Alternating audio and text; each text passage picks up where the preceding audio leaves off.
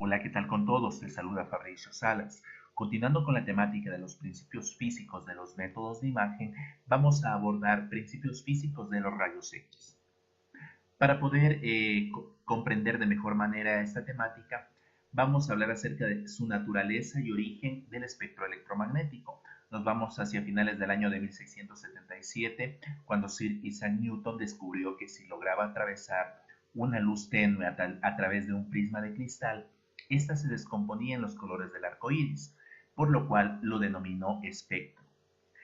Seguidamente, casi un siglo después, William Herschel, utilizando el principio de Newton de su experimento, realizó mediciones de la temperatura de cada uno de estos colores. Pero lo más sorprendente de esto fue que se dio cuenta que cuando llegaba o se aproximaba hacia el color rojo, la temperatura del mismo aumentaba, por lo cual él sacó la conclusión de forma empírica que existen otras variaciones del espectro que no son visibles por el ojo humano. Así que los que eran superiores a estos, como se acercaban hacia el color rojo, los llamó rayos infrarrojos.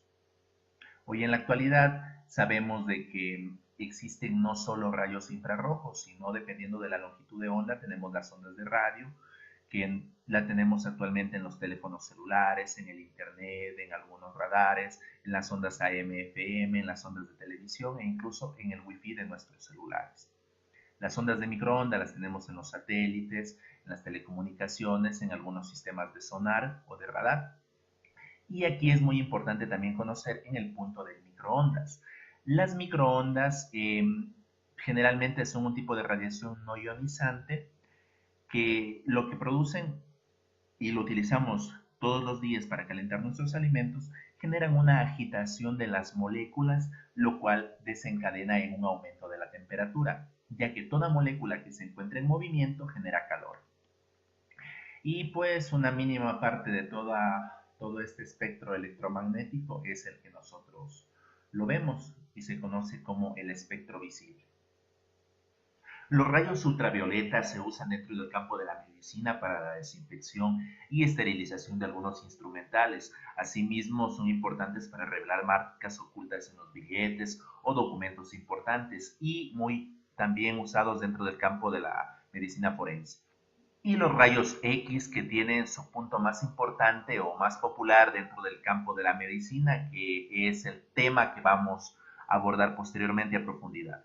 Los rayos gamma también se producen por fenómenos astrofísicos de mucha violencia, como la explosión de una estrella o de manera controlada dentro de un reactor nuclear. En este también tenemos los rayos infrarrojos, su uso más popular para poder controlar cierto tipo de electrodomésticos de forma remota o incluso dentro de los cables de fibra óptica o para tratamientos médicos.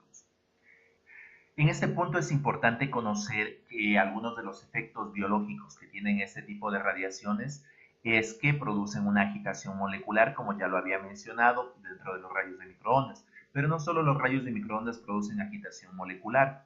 Esto se debe a que todo objeto que se encuentre cerca del cero absoluto, que son 0 grados Kelvin o menos 273.15 grados centígrados, conforme esta temperatura va aumentando, empieza a haber agitación molecular. Esta agitación molecular produce un aumento de la temperatura. Entonces, por eso es la importancia de que cuando una persona está expuesta de forma prolongada a rayos X o a cualquier tipo de radiación, puede provocar esto cambios a nivel celular, puede hacer incluso generar mutaciones a nivel del ADN, lo cual puede desencadenar a futuro en algunos problemas, como por ejemplo en el cáncer. Como ya lo dije, todo objeto que tenga una temperatura superior a esto siempre va a producir calor. Ahora, hay algunos equipos como algunos detectores de infrarrojo que pueden detectar este tipo de temperaturas y lo pueden utilizar como cámaras térmicas o algunos objetos de aplicación diagnóstica. Asimismo, algunos satélites infrarrojos permiten detectar las temperaturas a las cuales está nuestro planeta en tiempo real, sea de día o de noche. Entonces, en resumen, pues debemos entender que existen ondas de frecuencia corta y ondas de frecuencia larga. Algunas de estas penetran en la atmósfera y otras no, otras rebotan dentro de nuestra atmósfera, así como los rayos de microondas, los rayos ultravioletas, los rayos X y los rayos gamma. Entonces, cuando hablamos de ondas cortas y ondas largas, debemos entender que el ancho de cada una de estas varía dependiendo del tipo de onda que nosotros estemos viendo. Por ejemplo, las ondas de radio, como son mucho más anchas, tienen incluso ese tamaño de un edificio. Las ondas de microondas, el tamaño incluso de una persona, el ancho de las mismas. Y conforme estos van haciéndose la onda va haciéndose mucho más corta, la temperatura también va a ir aumentando, así como su frecuencia. Vemos que las ondas visibles van a ser del tamaño aproximadamente desde un protozoo hasta la punta de una aguja, es el espectro visible. Entonces, conforme esto va aumentando, pues vemos que también aumenta la temperatura. Y aquí tenemos el tema que a nosotros más nos interesa, que es de los rayos X. Vemos entonces que tiene una temperatura mucho mayor, por lo tanto también puede provocar quemaduras. Entonces, en menor longitud de onda, mayor capacidad de penetración, y en mayor longitud de onda disminuye la capacidad de penetración. Hablando ya directamente de las propiedades de los rayos X, decimos que tienen un poder de penetración cuando parte de su energía es absorbida, dispersada y otra parte atraviesa directamente la materia según su naturaleza atómica. Como vemos aquí, en el caso del calcio, lo frena o no permite que pase completamente, lo cual puede provocar un efecto fotográfico, como vemos en la imagen de acá abajo, en la cual Röntgen le hizo esta radiografía a su mujer utilizando una placa en la cual pudo impregnar y generar este efecto, produciendo radio opacidad y radio lucidez, como vemos aquí. Asimismo, vemos en la parte de acá algunos tipos de radiaciones y el tipo de sustancias que pueden atravesar. El que tiene mayor capacidad para atravesar pues es la radiación neutrónica con los neutrinos que atraviesan la mayoría de estos objetos. Vemos también que dice un efecto ionizante. El efecto ionizante influye sobre los gases. Generalmente todos los gases se encuentran en un estado neutro general, pero cuando se exponen a rayos X, estos se ionizan, permitiendo que esta energía se disperse. Hablamos ya de su efecto biológico también cuando abordamos el punto de los rayos de microondas por la agitación de las moléculas de agua que producen un aumento de la temperatura. Ahora, ¿qué materiales se necesita para poder generar rayos X de forma artificial?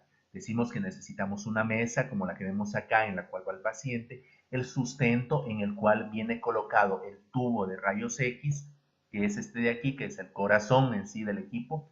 Vemos la consola de mando con su disparador en la cual la persona encargada realiza el estudio. Tenemos el portachasis en donde viene este cuadradito que vemos aquí, este cassette que viene en la parte de acá, en la cual se impregna la imagen, como vemos aquí, del estudio que estamos realizando.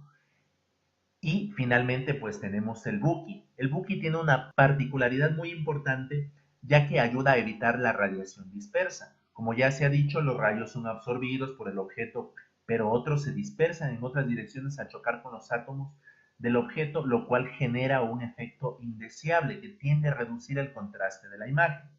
Por lo tanto, es importante que estos tengan en su parte posterior del cassette una lámina de plomo y conos, que en la actualidad pues han sido sustituidos por diafragmas automáticos, concentradores luminosos, para evitar que toda esta energía se disperse y nos provoque un mal efecto en la imagen. Algunos otros variantes de estos equipos tenemos, por ejemplo, el arco en C, en el cual asimismo la particularidad que tiene es que este rotatorio permite tomarnos radiografías en diferentes planos, y los equipos de rayos X portátil que sirven para tomar estos estudios en la cabecera del paciente. Ahora, como ya les dije, este es el corazón del equipo de rayos X, el cual está constituido por una lámina de vidrio que se encuentra al vacío en su interior y tiene dos partes importantes, una parte negativa que se conoce como el cátodo y una parte positiva que se conoce como el ánodo. La parte del cátodo tiene un filamento de tungsteno en su interior y frente a esta existe un ánodo rotatorio generalmente de wolframio que al momento en que se activa con el disparador por primera vez, estos se cargan. El ánodo rotatorio empieza a girar a gran velocidad y el circuito de filamento de tungsteno se empieza a calentar según la cantidad de energía a la que esté expuesto. Con el segundo disparo en sí, ya se calienta y bombea una nube de electrones que son atraídos directamente hacia el ánodo rotatorio de wolframio, produciendo un cambio de esa energía eléctrica en energía térmica con calor, y en energía luminosa una mínima parte, como son los rayos X, que van a ir directamente hacia el sector al que vamos a irradiar. Ahora en sí, pues vemos aquí en esta imagen ya una representación un poco más detallada del mismo. Vemos que estos rayos X, una vez que chocan aquí, son dispersados dentro de todo este sector de aquí interno, protegido a su vez pues esta lámina de vidrio por una calota con una capa de plomo para evitar que los rayos X se dispersen, y solo les deja un espacio pequeñito por donde pueden salir estos rayos. De esa forma, a través de un espejo, un colimador y una lámpara, pues estos vienen aquí, salen por este sector de acá, chocan, vienen y van directamente hacia el colimador para el estudio efectuado.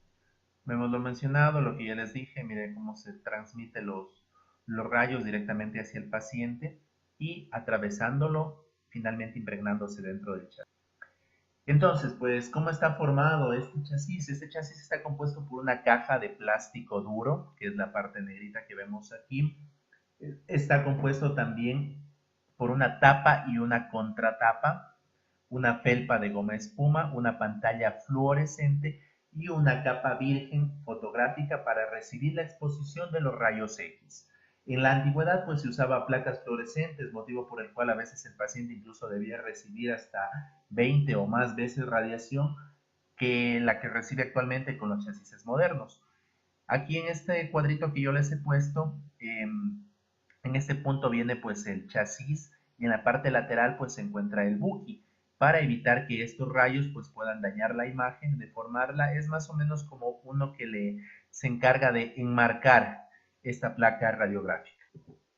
Finalmente vemos en esta imagen cómo se representa cada una de las variantes de color de la impresión que se genera a través de los rayos X. Ya sea cuando son metálicas se denomina radio opaco porque estas no pueden atravesar por completo la materia, y en cambio en el aire se llama radio lúcido porque estas pudieron atravesarlo completamente hasta llegar al chasis. Entonces tenemos también las variantes de color en la grasa, en el agua y en el calcio. Muchas gracias por su atención.